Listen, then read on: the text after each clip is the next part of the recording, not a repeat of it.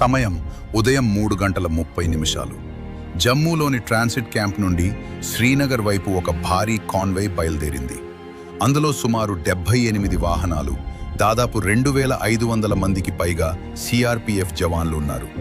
వాతావరణం అనుకూలించక 2 రోజులుగా నిలిచిపోయిన రహదారి ఇప్పుడే తెరుచుకోవడంతో జవాన్లంతా తమ విధుల్లో చేరాలనే ఉత్సాహంతో ఉన్నారు. కొందరు సెలవు ముగించుకుని వస్తున్నారు, మరికొందరు కొత్త పోస్టింగ్ వైపు వెళ్తున్నారు. సమయం మధ్యాహ్నం 3:15. కాన్వాయ్ పుల్వామా జిల్లాలోని లేదిపోరా ప్రాంతానికి చేరుకుంది.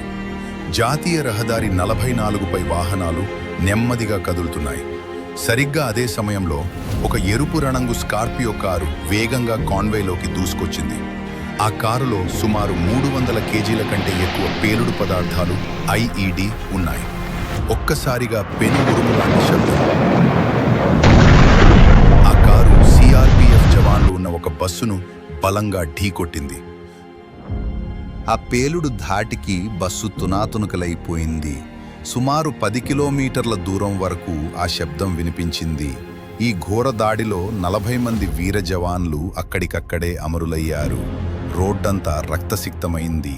కాశ్మీర్ లోయ శవాల దిబ్బగా మారింది. ఈ దాడికి బాధ్యత వహిస్తూ పాకిస్తాన్కు చెందిన ఉగ్రవాద సంస్థ జైషే మొహమ్మద్ ఒక వీడియోను విడుదల చేసింది. 20 ఏళ్ల ఆదిల్ అహ్మద్ దార్ అనే స్థానిక యువకుడు ఈ ఆత్మాహుతి దాడికి పాల్పడినట్లు తేలింది. దేశవ్యాప్తంగా ఆగ్రహావేశాలు మిన్నంటాయి. దీనికి ప్రతీకారంగా భారత ప్రభుత్వం ఊరికే కూర్చోలేదు. సరిగ్గా 12 రోజుల తర్వాత ఫిబ్రవరి 26 తెల్లవారుజామున భారత వైమానిక దళానికి చెందిన మిరాజ్ యుద్ధ విమానాలు సరిహద్దులు దాటి పాకిస్తాన్లోని బాలాకోట్ ఉగ్రవాద శిబిరాలపై బాంబుల వర్షం కురిపించాయి. వందలాది మంది ఉగ్రవాదులు హతమయ్యారు. ఇది భారతదేశం యొక్క నయా భారత్ విధానాన్ని ప్రపంచానికి చాటి చెప్పింది. పుల్వామా దాడి జరిగి ఏళ్లు గడిచినా ఆ 40 మంది జవాన్ల త్యాగం ప్రతి భారతీయుడి గుండెల్లో సజీవంగానే ఉంటుంది.